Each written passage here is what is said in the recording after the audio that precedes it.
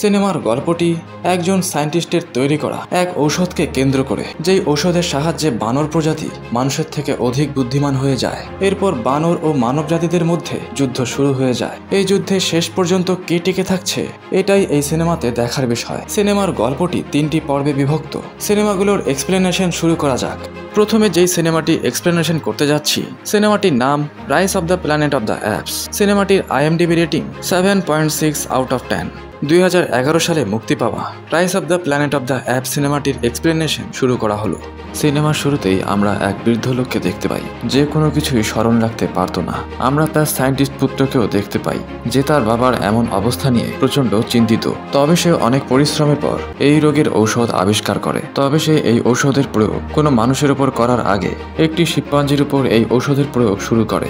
আমরা দেখতে পাই শিম্পাঞ্জির বৈশিষ্ট্যে যথেষ্ট পরিবর্তন আসতে শুরু করে। শিম্পাঞ্জিটি পূর্বের চেয়ে বহুগুণ বুদ্ধিমান হয়ে যায়। সায়েন্টিস্ট তার ঔষধের এমন সফলতা দেখে এই খবর তার সহকর্মীদের দিতে যায়। সে তার সহকর্মীদের বলে যে সে এই ঔষধ এখন মানুষদের উপর প্রয়োগ করার অনুমতি চায়। সায়েন্টিস্টের সহকর্মী তাকে বলে তাকে বোর্ড মেম্বারদের পারমিশন নিতে হবে। বোর্ড মেম্বারের লোকেরা তাকে জিজ্ঞাসা করে যে তার এই ঔষধের উপকারিতা কি। উত্তরে সায়েন্টিস্ট বলে যে তার এই ঔষধের প্রয়োগে মানুষেরা আরো বেশি বুদ্ধিমান হয়ে উঠবে। এইদিকে আমরা ল্যাবের মধ্যে সেই শিম্পাঞ্জিটিকে দেখতে পাই, যেটি হঠাৎ প্রচন্ড উত্তেজিত হয়ে উঠেছে। উত্তেজিত শিম্পাঞ্জিটি সেখানে উপস্থিত লোকেদের উপর আক্রমণ করতে শুরু করে। আমরা দেখতে পাই উত্তেজিত এই শিম্পাঞ্জিটি গ্লাস ভেঙে বোর্ড মেম্বারদের সামনে এসে পৌঁছায়। হিংস্র শিম্পাঞ্জিটিকে সেখানে উপস্থিত একজন গুলি করে মেরে ফেলে। বোর্ড মেম্বারসের লোকেরা সায়েন্টিস্টের এমন আবিষ্কার দেখে রাগান্বিত হয়ে সেখান থেকে চলে যেতে শুরু করে। বোর্ড মেম্বারসের লোকেরা সায়েন্টিস্টকে বলে তার বানানো ঔষধে অবশ্যই কোনো ত্রুটি রয়েছে, যার কারণে বানরগুলো এত উত্তেজিত হয়ে উঠেছে। বোর্ড মেম্বারের প্রধান ঔষধ প্রয়োগ করা সেই শিম্পাঞ্জিগুলোকে মেরে ফেলার আদেশ দেয়। এদিকে আমরা সেই শিম্পাঞ্জির কেয়ারটেকারকে দেখতে পাই, যে সায়েন্টিস্টকে বলে তার বানানো ঔষধে কোনো ত্রুটি ছিল না। শিম্পাঞ্জি প্রেগনেন্ট ছিল। তার সন্তান জন্মগ্রহণ করার পর আশেপাশে বহু লোকজন থাকার কারণে তার সন্তানকে রক্ষা করার জন্য সে উত্তেজিত হয়ে ওঠে, যেটি একটি প্রাকৃতিক বিষয়। কেয়ারটেকার সায়েন্টিস্টকে বলে যে তার ঔষধের কোনো ত্রুটি নেই, এটি দুর্ভাগ্যবশত হয়ে গিয়েছে। সায়েন্টিস্ট দীর্ঘশ্বাস ফেলে। সেখানে উপস্থিত কেয়ারটেকার সায়েন্টিস্টকে বলে যে বোর্ড মেম্বারদের কথা অনুযায়ী শিম্পাঞ্জিটিকে মেরে ফেলা হলেও তার সন্তান এখনো জীবিত রয়েছে, আর বেঁচে যাওয়া এই শিম্পাঞ্জিটি তার মায়ের মতোই বুদ্ধিমান হবে, কারণ তার প্রেগনেন্ট থাকা অবস্থায় এই ঔষধটি প্রয়োগ করা হয়েছিল। সায়েন্টিস্ট শিম্পাঞ্জির সেই বাচ্চাটিকে তার সাথে বাসায় নিয়ে আসে। বাসায় নিয়ে আসার পর সায়েন্টিস্টের বাবা শিম্পাঞ্জির বাচ্চাটিকে দুধ খেতে দেয়। আমরা দেখতে পাই ফিডারে করে সেই বাচ্চাটি মানুষের বাচ্চার ন্যায় দুধ পান করছে। এরপর 1 বছর পেরিয়ে যায়। শিম্পাঞ্জির সেই বাচ্চাটি এখন যথেষ্ট বড় হয়ে গিয়েছে। আমাদেরকে দেখানো হয় সেই বাচ্চাটি মানুষের ন্যায় সমস্ত কাজ করতে সক্ষম। এরপর আরো 3 বছর পেরিয়ে যায়। আমরা সেই শিম্পাঞ্জিটিকে দেখতে পাই, যার মস্তিষ্ক সাধারণ শিম্পাঞ্জির তুলনায় অনেক বেশি ডেভেলপড হয়েছে। তবে অপরদিকে সায়েন্টিস্টের বাবার মস্তিষ্ক আরো বেশি অকেজো হয়ে পড়ছে। সায়েন্টিস্টের বাবা মস্তিষ্কের তাড়নায় পাগল হতে শুরু করেছে। সায়েন্টিস্টের বাসায় উপস্থিত নার্স তার বাবাকে হাসপাতালে নিয়ে যাওয়ার পরামর্শ দেয়। এদিকে সায়েন্টিস্ট তার ল্যাবের মধ্যে তার তৈরি করা ঔষধটি চুরি করে। ঔষধটি সে তার বাবার উপর প্রয়োগ করার সিদ্ধান্ত নেয়। সে চিন্তা করে তার বাবা তো মৃত্যুর সাথে লড়াই করছে, ঔষধটি প্রয়োগ করে দেখাই যাক না কি হয়। সায়েন্টিস্ট তার পরিকল্পনা অনুযায়ী ঔষধটি তার বাসার মধ্যে নিয়ে আসে। ঔষধটি সে তার বাবার শরীরে প্রয়োগ করে। ঔষধটি প্রয়োগের পর সায়েন্টিস্ট ঘুমিয়ে পড়ে। ঘুম থেকে উঠে সে দেখতে পায় তার বাবা পিয়ানো বাজাচ্ছে। এর অর্থ এই দাঁড়ায় যে সায়েন্টিস্টের ঔষধ সফলতা বয়ে এনেছে। সায়েন্টিস্টের বাবা তার এমন সুস্থতা দেখে অত্যন্ত আনন্দিত হয়ে ওঠে। সে শিম্পাঞ্জিটির সাথে দেখা করতে চায়। তবে আমরা দেখতে পাই শিম্পাঞ্জিটি সায়েন্টিস্টের বাড়ি হতে দূরে কোথাও চলে গিয়েছে। সে একটি সাইকেল দেখতে পায় ও সেই সাইকেলটি চালাবার চেষ্টা করে। তবে সাইকেলের মালিক তাকে ধরে ফেলে। সাইকেলের মালিক তাকে আঘাত করার চেষ্টা করে। তবে ঠিক সেই মুহূর্তে সায়েন্টিস্ট সেখানে চলে আসে। সায়েন্টিস্ট তাকে বলে যে এটি অনেক ভালো একটি শিম্পাঞ্জি, এটি কখনো কারো ক্ষতি করবে না। আমরা দেখতে পাই শিম্পাঞ্জিটির গায়ে একটি আঘাত লেগেছে। তাই সায়েন্টিস্ট তাকে চিকিৎসা করার জন্য পশু চিকিৎসালয়ে নিয়ে আসে। আমরা একজন নারী চিকিৎসককে দেখতে পাই যে শিম্পাঞ্জিটি চিকিৎসা করছে।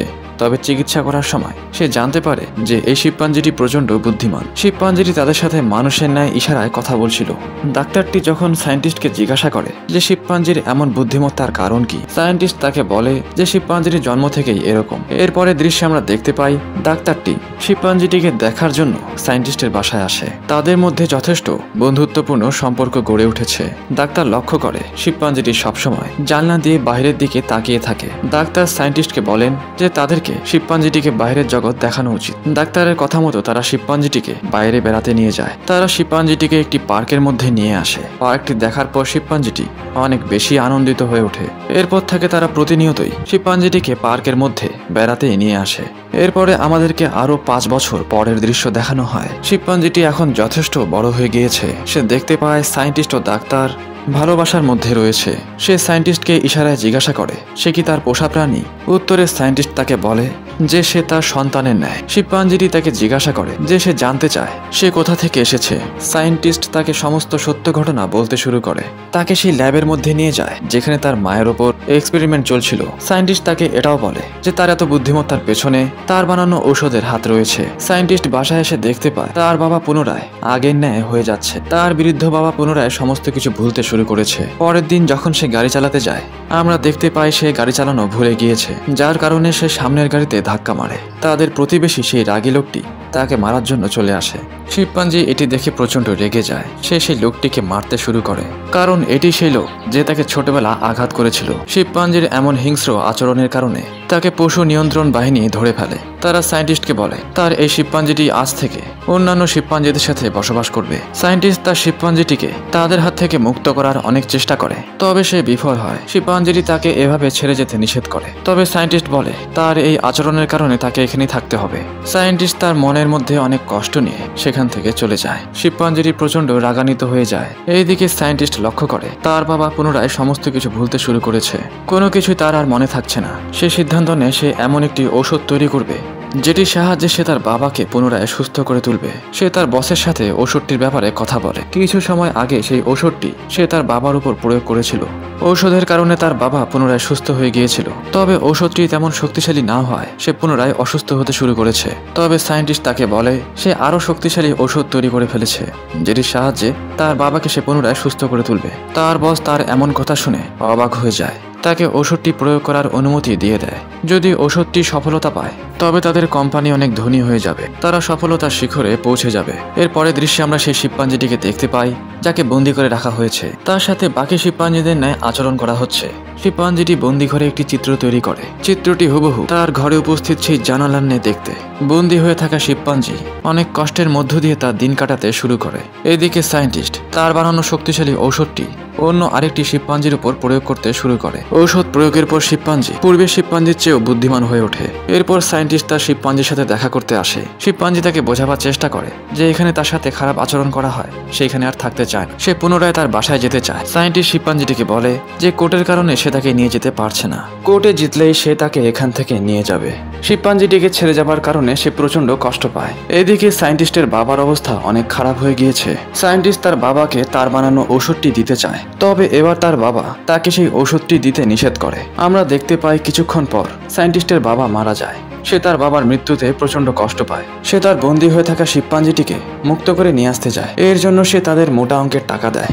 বন্দী অবস্থায় থাকা সেই শিম্পাঞ্জিটিকে ছেড়ে দেওয়া হয়, তবে মুক্ত হওয়া শিম্পাঞ্জিটি তার সাথে যেতে চায় না, কারণ সে তার উপর অভিমান করেছে। এরপর সায়েন্টিস্ট সেখান থেকে চলে যায়। আমরা দেখতে পাই শিম্পাঞ্জিটি সেখানে উপস্থিত এক লোকের কাছ থেকে চাবি কেড়ে খাঁচা থেকে বেরিয়ে যায়। খাঁচা থেকে বের হওয়ার পর বেরিয়ে আসা শিম্পাঞ্জি সেখানে বন্দী থাকা এক বিশাল গরিলাকে মুক্ত করে দেয়। গরিলাটিও তার মতো ইশারায় কথা বলতে পারত, কারণ সেটি একটি সার্কাসের গরিলা ছিল।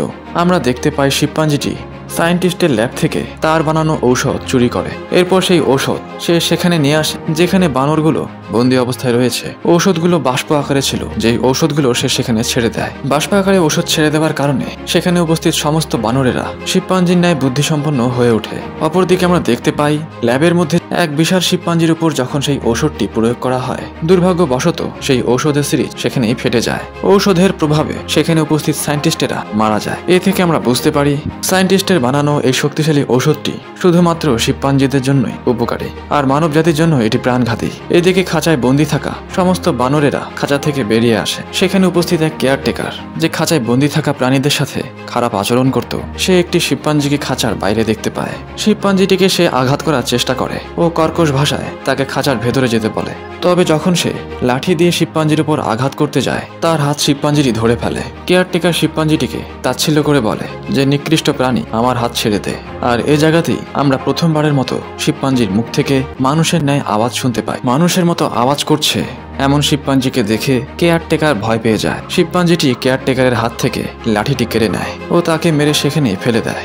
এরপর শিম্পাঞ্জিটি সেখানে বন্দী থাকা বাকি বানরদেরকে বের করে। তবে কেয়ারটেকার আবার চলে আসে। সে একটি বৈদ্যুতিক তার ব্যবহার করে বানরগুলোকে শক দিতে চায়। তবে শিম্পাঞ্জিটি তাকে উদ্দেশ্য করে পানি স্প্রে করে, যার কারণে সে নিজেই তড়িতাহত হয়ে মারা যায়। এরপর তারা সকলে সেই জায়গা থেকে বের হয়ে শহরের বিভিন্ন চিড়িয়াখানায় পৌঁছায় ও সেখানকার সমস্ত বানরদেরকে মুক্ত করে দেয়। তারা ল্যাবের মধ্যেও যায়। ল্যাবে উপস্থিত সমস্ত বানরদেরকেও তারা মুক্ত করে দেয় ও তাদের দলে সংযুক্ত করায়। ঔষধের প্রয়োগের কারণে তারা সকলেই মানুষের ন্যায় বুদ্ধিমত্তা সম্পন্ন হয়ে গিয়েছে। সমস্ত শিম্পাঞ্জি মানুষের বিপক্ষে হয়ে গিয়েছে। তারা মানুষদেরকে আর সহ্য করতে পারছে না, কারণ এতদিন যাবৎ মানুষেরা তাদের উপর নানান অত্যাচার করেছে, তাদেরকে বন্দী করে রেখেছে, তাদেরকে স্বাধীনভাবে চলতে দেয়নি। এদিকে সায়েন্টিস্ট যখন চিড়িয়াখানায় ফোন দেয় তার শিম্পাঞ্জির খোঁজ নেবার জন্য, সে চিড়িয়াখানা হতে কারো উত্তর পায় না। তাই সে তার শিম্পাঞ্জিকে দেখার জন্য চিড়িয়াখানায় চলে আসে। চিড়িয়াখানায় আসার পর সে শিম্পাঞ্জিদের কর্মকাণ্ড সম্পর্কে জানতে পারে। এইদিকে সমস্ত শিম্পাঞ্জিরা সায়েন্টিস্টের শিম্পাঞ্জিকে অনুকরণ করছে। সায়েন্টিস্টের শিম্পাঞ্জিটি সেই পার্কের মধ্যে যাচ্ছে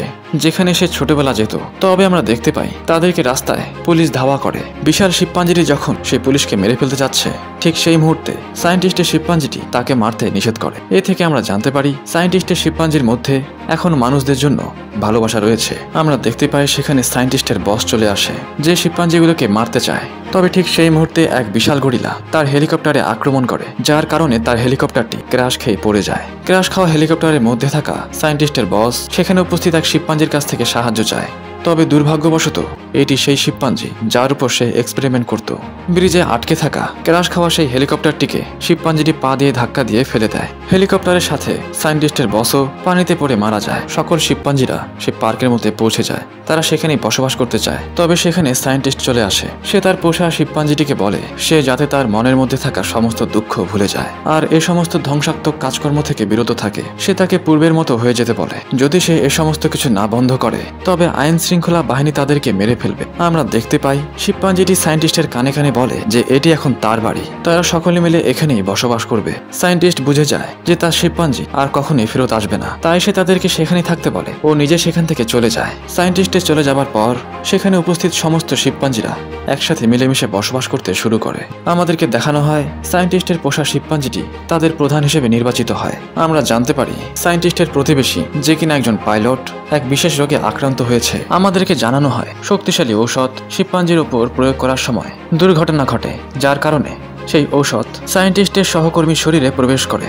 আর সেই সহকর্মী যখন এই খবর সায়েন্টিস্টকে দিতে আসে তখন তার সাথে সেই প্রতিবেশী ধাক্কা লাগে। সহকর্মীর হাঁচির মাধ্যমে ভাইরাসের ন্যায় ঔষধটি সহকর্মীর শরীরে প্রবেশ করে। আমাদেরকে জানানো হয় এই ঔষধটি মানবজাতির জন্য ভাইরাসের ন্যায় ভয়াবহ। আর এখন সেই প্রতিবেশী পাইলট যখন বিমান চালাবে, হতে পারে তার কারণে বিমানে উপস্থিত সকলেই এই ভাইরাসে আক্রান্ত হয়ে যাবে আর ধীরে ধীরে পৃথিবীর সকল মানুষ এই ভাইরাসে আক্রান্ত হয়ে মারা যাবে।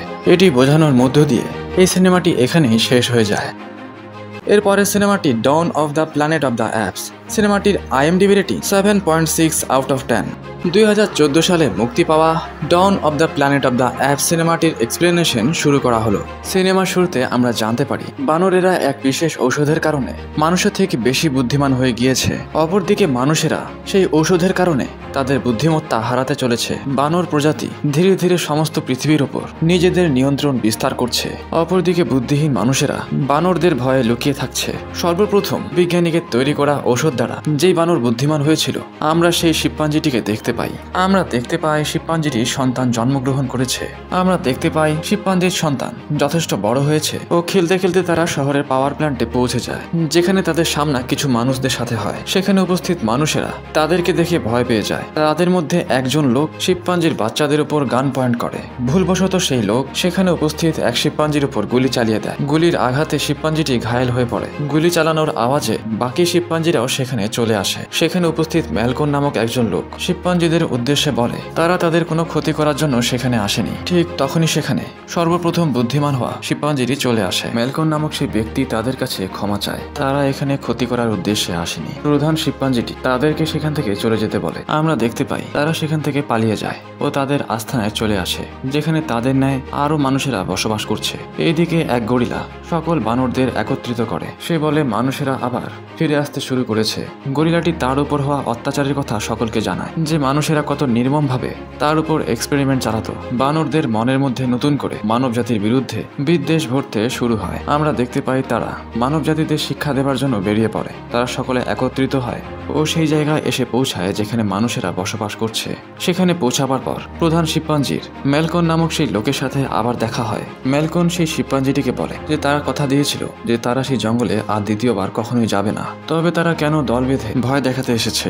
শিম্পাঞ্জি প্রধান হুঁশিয়ারি দেয়, যদি দ্বিতীয়বার কেউ জঙ্গলে প্রবেশ করে তবে তাদের মধ্যে যুদ্ধ শুরু হয়ে যাবে, কারণ তাদের মনের মধ্যে মানব জাতির জন্য শুধুমাত্র ঘৃণা রয়েছে। এই কথা বলার পর শিম্পাঞ্জিগুলো সেখান থেকে চলে যায়। আমরা দেখতে পাই যেখানে মানুষেরা বসবাস করছে সেখানে বিদ্যুৎ চলে গিয়েছে। বিদ্যুৎ পুনরায় সচল করার জন্য তাদেরকে পাওয়ার প্ল্যান্টে যেতে হবে। পাওয়ার প্ল্যান্টটি জঙ্গলের মধ্যে অবস্থান করছে, আর তারা যদি জঙ্গলে প্রবেশ করে তবে বানরদের সাথে তাদের যুদ্ধ শুরু হয়ে যাবে। এই বিষয় নিয়ে ম্যালকন চিন্তিত হয়ে পড়ে। ম্যালকন সেখানে উপস্থিত লোকেদের সাথে সিদ্ধান্ত নেয় তারা বানরদেরকে বোঝাবার চেষ্টা করবে। তারা পুনরায় সেই শিম্পাঞ্জির সাথে কথা বলবে যে তারা তাদের কোনো প্রকার ক্ষতি করতে চায় না। ম্যালকন তার পরিবারের সাথে শিম্পাঞ্জিদের আস্থানায় পৌঁছায় ও তাদেরকে পুনরায় এই বিষয়ে বোঝাবার চেষ্টা করে। বানরেরা তাদের কথায় রাজি হয়, তবে শিম্পাঞ্জি তাদের সামনে একটি শর্ত রাখে। তারা তাদেরকে জঙ্গলের মধ্যে প্রবেশ করার অনুমতি দেয়, তবে তাদেরকে তাদের সমস্ত অস্ত্রশস্ত্র শিম্পাঞ্জির নিকট জমা রাখতে হবে। ম্যালকন শিম্পাঞ্জির প্রস্তাবে রাজি হয়ে যায়। তারা তাদের কাছে থাকা সমস্ত অস্ত্রশস্ত্র তাদের নিকট জমা রাখে। ম্যালকনের সাথে থাকা বাকি লোকেরাও তার এই প্রস্তাবে রাজি হয়ে যায়। তারা সকলে মিলে পাওয়ার প্ল্যান্টে কাজ করতে শুরু করে। আমাদেরকে দেখানো হয় শিম্পাঞ্জির একটি বাচ্চার তাদের সাথে ভালো সম্পর্ক গড়ে ওঠে। তারা যখন পাওয়ার প্ল্যান্টে কাজ করছিল ঠিক সেই সময় সেখানে উপস্থিত এক শিম্পাঞ্জি তাদের নিকট একটি বন্দুকের সন্ধান পায়। অস্ত্রটি সে প্রধান শিম্পাঞ্জির নিকট নিয়ে যায়। অস্ত্রটি পাওয়ার পর শিম্পাঞ্জি প্রধান প্রচন্ড রেগে যায়। ম্যালকন ও তার সাথীরা শিম্পাঞ্জিদের নিকট প্রশ্নবিদ্ধ হয়। শিম্পাঞ্জি তাদেরকে জঙ্গল ছেড়ে চলে যেতে বলে, তবে ম্যালকন ও তার সাথীরা শিম্পাঞ্জিটিকে বলে এই অস্ত্রের সাহায্যে তাদের কাউকে ক্ষতি করার উদ্দেশ্য নেই, তারা শুধুমাত্র তাদের পাওয়ার প্ল্যান্টে কাজ করতে চায়। আমরা দেখতে পাই প্রধান শিম্পাঞ্জির স্ত্রী অসুস্থ হয়ে পড়েছে, তবে ম্যালকনের স্ত্রী তাকে এমন এক ঔষধ দেয় যেই ওষুধ খেয়ে সে পুনরায় সুস্থ হয়ে ওঠে। শিম্পাঞ্জির স্ত্রী সুস্থ হয়ে যাবার কারণ শিম্পাঞ্জি ম্যালকনকে আরও একদিনের সময় দেয় যাতে করে সে তার কাজ সম্পন্ন করতে পারে। এইদিকে আমাদেরকে দেখানো হয় ম্যালকনের বন্ধুই তাদের কাছে অস্ত্র রেখেছিল, কারণ সে বানরদেরকে বিশ্বাস করতে চায় না। সে বানরদেরকে শত্রু ভাবে, ঠিক যেমনি বানরদের মধ্যে থাকা সেই গরিলাটি মানুষদেরকে তাদের শত্রু ভাবে। যদি তারা দুইজন একে অপরের সামনাসামনি হয় তবে তাদের মধ্যে যুদ্ধ লেগে যেতে পারে। ম্যালকনের সেই বন্ধু বাকি সদস্যদেরকেও অস্ত্র সাথে রাখার পরামর্শ দেয়, তবে এই দৃশ্য সেখানে উপস্থিত গরিলা দেখে ফেলে। সেই গরিলাটি প্রধান শিম্পাঞ্জির নিকট চলে যায়। সে তাকে সমস্ত কিছু খুলে বলে, তবে শিম্পাঞ্জি গরিলাটিকে শান্ত হতে বলে। তবে আমরা দেখতে পাই গরিলাটি শান্ত না হয়ে শিম্পাঞ্জিকে উল্টোপাল্টা কথা বলতে শুরু করে। সে শিম্পাঞ্জিটিকে দোষারোপ দেয় যে সে মানুষদের সাথে হাত মিলিয়েছে। এই কথাগুলো শোনার পর শিম্পাঞ্জি নিজের রাগ নিয়ন্ত্রণ করতে পারে না। শিম্পাঞ্জিটি গরিলাটির উপর ঝাঁপিয়ে পড়ে ও তাকে মারতে শুরু করে। মার খেয়ে গরিলাটি যথেষ্ট আহত হয়ে পড়ে। মারামারির এক পর্যায়ে আহত অবস্থায় থাকা গরিলাটি নিজেকে মুক্ত করে সেখান থেকে চলে যায়। আমরা দেখতে পাই আহত অবস্থায় থাকা গরিলাটি ম্যালকনের বন্ধুদের কাছে চলে আসে। সেখানে পড়ে থাকা একটি বন্দুক নিয়ে সে তাদের উপর গুলিবর্ষণ করতে শুরু করে। গুলির আঘাতে ম্যালকনের বন্ধুরা সেখানে মারা যায়। গরিলাটি তাদের সমস্ত অস্ত্র সেখান থেকে নিয়ে চলে যায়। সে সেখানকার বেশ কিছু বাড়িতে আগুন লাগিয়ে দেয়। সে লুকিয়ে লুকিয়ে প্রধান শিম্পাঞ্জিকেও গুলি মেরে আহত করে। আর সেখানে উপস্থিত সমস্ত বানরদের এটি জানায় যে মানুষেরা এই কাজ করেছে। বানরেরা এটি বিশ্বাস করতে শুরু করে যে এগুলো মানুষের কাজ, তাই তাদের মনের মধ্যে পুনরায় মানুষদের জন্য ঘৃণা জন্ম হয়। এরই সুযোগ নিয়ে গরিলাটি মানুষদের বিরুদ্ধে যুদ্ধের আহ্বান জানায় আর শিম্পাঞ্জির পরিবর্তে নিজেকে বানরদের সর্দার হিসেবে দাবি করে। এখন থেকে সমস্ত বানরেরা তার কথা মতো চলবে। গরিলাটি সেখানে উপস্থিত সমস্ত বানরদের অস্ত্র হাতে যুদ্ধের জন্য প্রস্তুত হতে বলে। উপস্থিত বানরেরা কেউই জানতো না যে শিম্পাঞ্জিটিকে কে হত্যা করেছে, তাই সকলে তার কথায় রাজি হয়ে যায়। এইদিকে আমরা দেখতে পাই মানুষেরা যেখানে বসবাস করছে সেখানে বিদ্যুৎ চলে এসেছে, যার কারণে তারা আনন্দে লাফালাফি করছে। তবে ঠিক সেই মুহূর্তে বানরেরা সেখানে অস্ত্রশস্ত্র নিয়ে চলে আসে ও তাদের উপর গুলিবর্ষণ শুরু করে।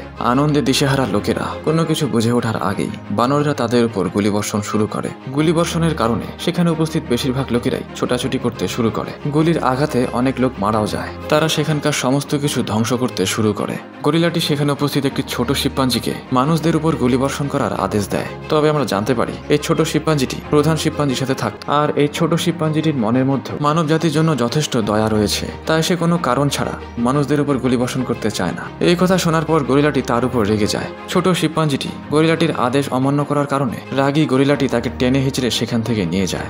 টানতে টানতে সেই ছোট শিম্পাঞ্জির বাচ্চাটিকে সে ছাদের কিনারায় নিয়ে আসে। এরপর সেই শিম্পাঞ্জির বাচ্চাটিকে সে ছাদ হতে ফেলে দেয়। ছাদ থেকে পড়ার কারণে বাচ্চাটি সেখানেই মারা যায়।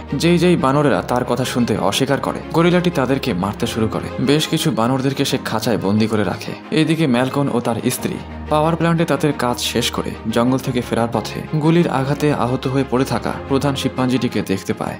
তারা প্রধান শিম্পাঞ্জিটির চিকিৎসা করানোর জন্য তাকে তাদের সাথে নিয়ে যায়। শিম্পাঞ্জিটিকে সুস্থ করে তোলার জন্য তারা তাদেরকে শহরের দ্বিতীয় পাশে নিয়ে যায়। সেখানে তাদের আরেকটি বাড়ি রয়েছে। শিম্পাঞ্জি তার জ্ঞান ফিরে পাওয়ার পর সে তাদেরকে জানায় যে তার উপর গুলি বর্ষণ করেছে সেই গরিলাটি। শিম্পাঞ্জিটির মুখে একথা শোনার পর ম্যালকন সমস্ত ঘটনা বুঝতে পারে যে তাদের সাথে বানরদের কেন যুদ্ধ শুরু হয়েছে। শিম্পাঞ্জিটিকে সুস্থ করার জন্য সে স্টোর রুমে একটি ঔষধ নিতে যায়। তবে সেখানে শিম্পাঞ্জির ছোট ছেলেটি চলে আসে, যে বন্দুক হাতে ম্যালকনের দিকে হেঁটে আসছে। ম্যালকন তাকে বলে যে তার বাবা বেঁচে আছে, তবে তাকে কোনো মানুষ গুলি মারেনি, বরং তাদেরকে নেতৃত্ব দানকারী সেই গরিলাই তাকে গুলি মেরেছে। ম্যালকন বন্দুক হাতে থাকা সেই শিম্পাঞ্জিটিকে বলে যদি সে ঔষধ নিয়ে না যায় তবে তার বাবা মারা যেতে পারে। শিম্পাঞ্জি ম্যালকনের এ কথাগুলো শুনে সেখানে থেমে যায়। ম্যালকন তাকে তার বাবার কাছে নিয়ে আসে। আহত শিম্পাঞ্জিটিকে দেখে তার ছেলে তাকে গরিলা সম্পর্কে সমস্ত ঘটনা খুলে বলে, যে কিভাবে সে তাদেরকে বোকা বানিয়ে মানুষদের বিরুদ্ধে যুদ্ধ করাচ্ছে। আহত অবস্থায় থাকা সেই শিম্পাঞ্জিটি সমস্ত ঘটনা বুঝে যায় যে আসলে তাদের সাথে কি ঘটেছে। প্রধান শিম্পাঞ্জিটি সেখানে যায় যেখানে সমস্ত বানরেরা উপস্থিত রয়েছে। শিম্পাঞ্জিটি সে জায়গাতে যায় যেখানে গরিলাটি অনেক বানরদেরকে বন্দি করে রেখেছিল।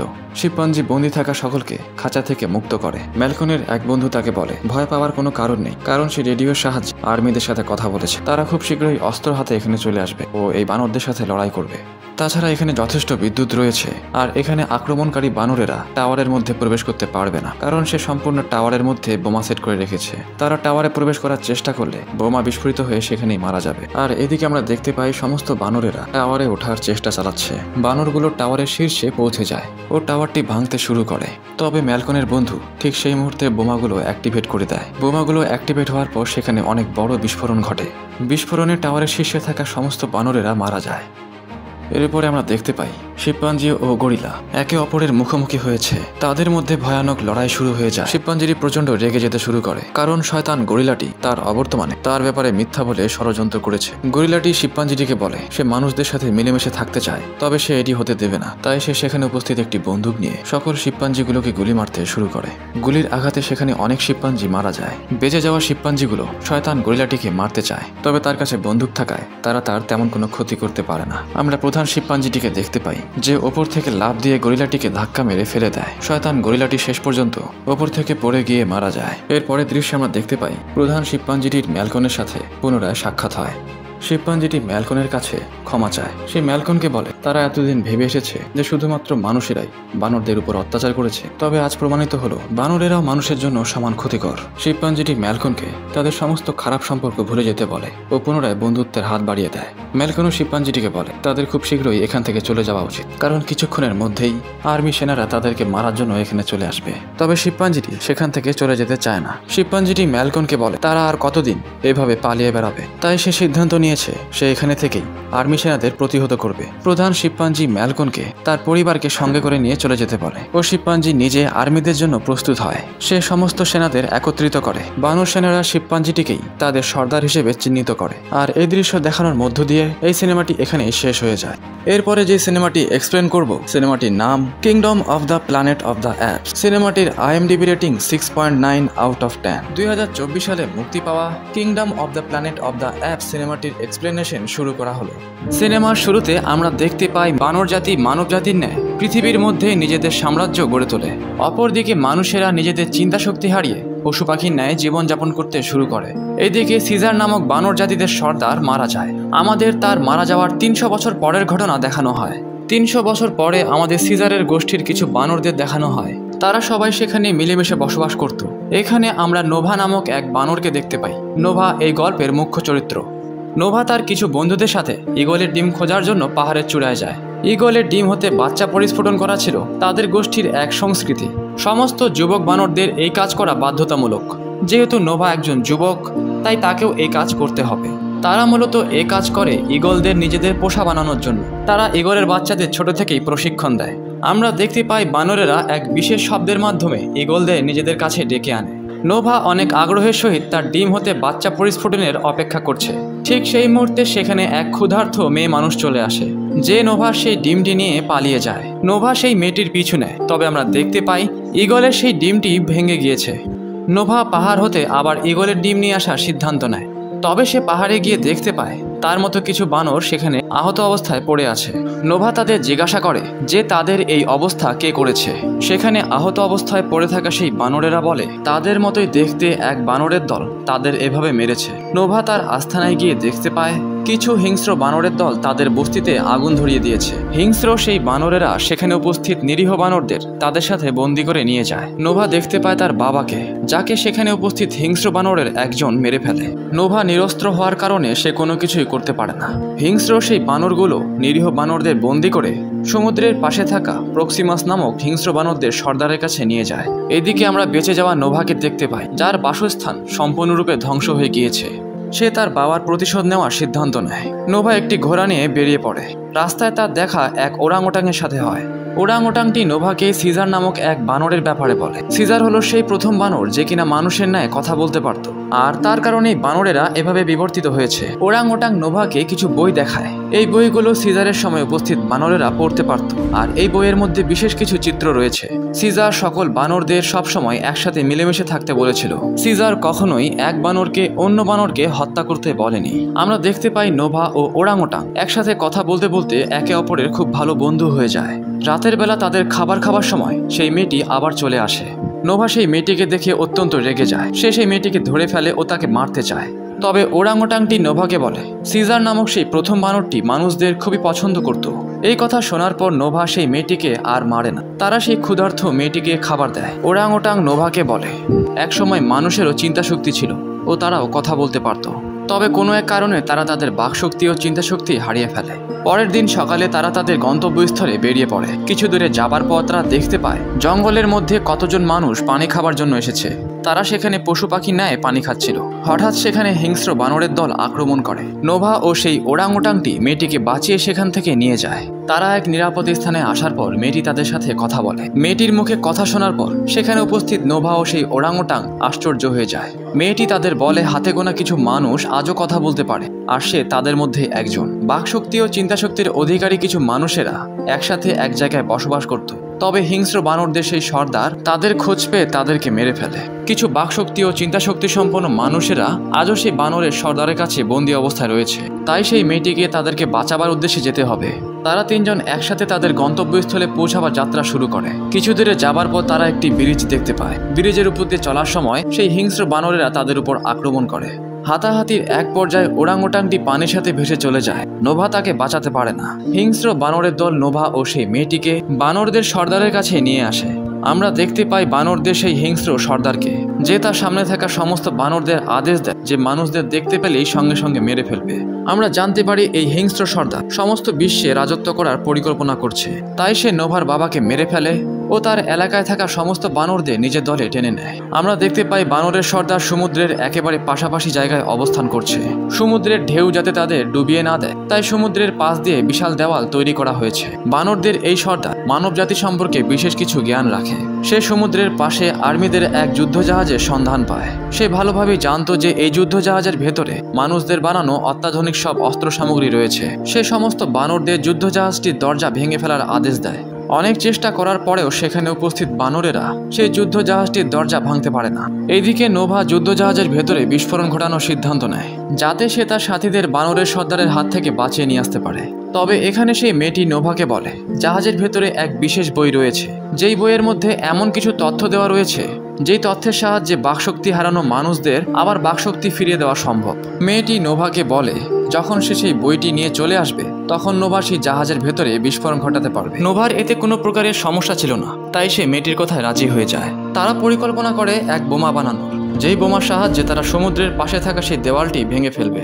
এতে করে সমুদ্রের সমস্ত পানি বানরদের ভাসিয়ে নিয়ে যাবে। তারা আরও একটি বোমা বানাবে, যে বোমার সাহায্যে জাহাজের ভেতরে তারা বিস্ফোরণ ঘটাবে, যার মাধ্যমে জাহাজের সাথে সাথে সেখানে উপস্থিত সমস্ত অস্ত্র সামগ্রী ধ্বংস হয়ে যাবে।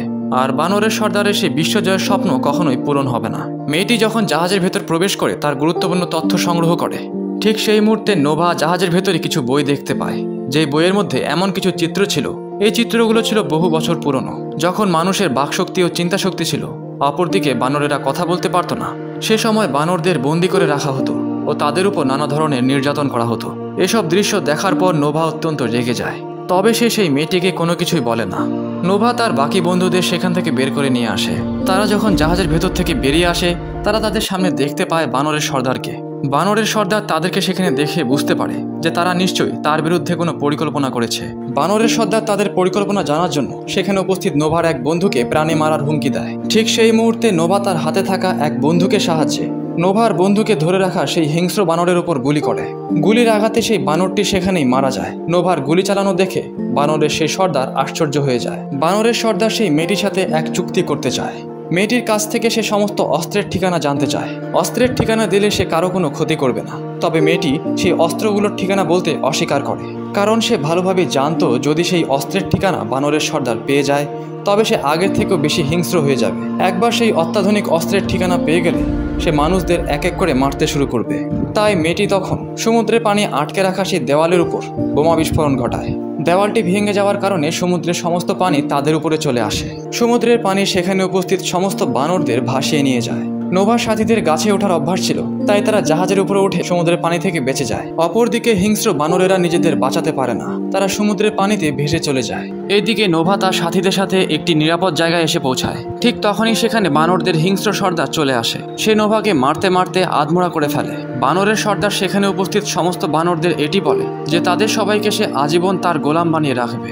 এই কথাটি শোনার পর নোভা অত্যন্ত রেগে যায়। আমরা দেখতে পাই নোভা এক বিশেষ শব্দের সাহায্যে তার পোষা চিলগুলোকে ডাকে। সেই পোষা চিলগুলো বানরের সর্দারকে কামড় দিতে দিতে পাহাড়ের চূড়া হতে ফেলে দেয়। পাহাড়ের সেই চূড়া হতে পড়ে গিয়ে অবশেষে বানরের সেই হিংস্র সর্দার মারা যায়।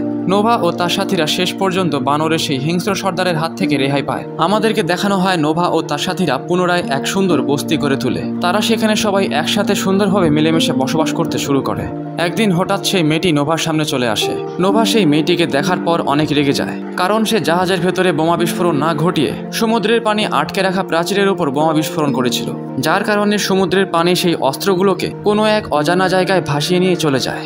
আর এই কারণেই নোভা মেয়েটির উপর অনেক রেগে আছে। এরপরে নোভা সেই মেয়েটিকে বলে সে মানব জাতির উপর দ্বিতীয়বার আর বিশ্বাস করবে না, আর নিজেদেরকে এতটা ডেভেলপ করবে আর দ্বিতীয়বার তাদের উপর কেউ অত্যাচার করতে পারবে না। তবে এইদিকে সেই মেয়েটি আলাদাই চিন্তা ভাবনা করছিল। সে জাহাজের ভেতর থেকে যেই বইটি নিয়ে আসে সেটি কোনো সাধারণ বই ছিল না। সেই বইয়ের মধ্যে লেখা ছিল মহাকাশে অবস্থান করা স্যাটেলাইট সমূহকে নিয়ন্ত্রণ করার নিয়ম। আমরা দেখতে পাই মেয়েটি এমন এক জায়গায় যায় যেখানে তার মতো দেখতে মানুষেরা অবস্থান করছে, যারা কথা বলতে পারে ও যাদের চিন্তা শক্তি রয়েছে। তারা প্রতিনিয়ত তাদের মতো লোকেদের খোঁজার চেষ্টা চালিয়ে যাচ্ছে। তারা তাদের মতো লোকেদের খোঁজার মাধ্যমে নিজেদের আরও শক্তিশালী করার চেষ্টা করছে। তারা স্যাটেলাইট ঠিক করার মাধ্যমে জানতে পারবে যে কোথায় কোথায় তাদের মতো লোকেরা রয়েছে।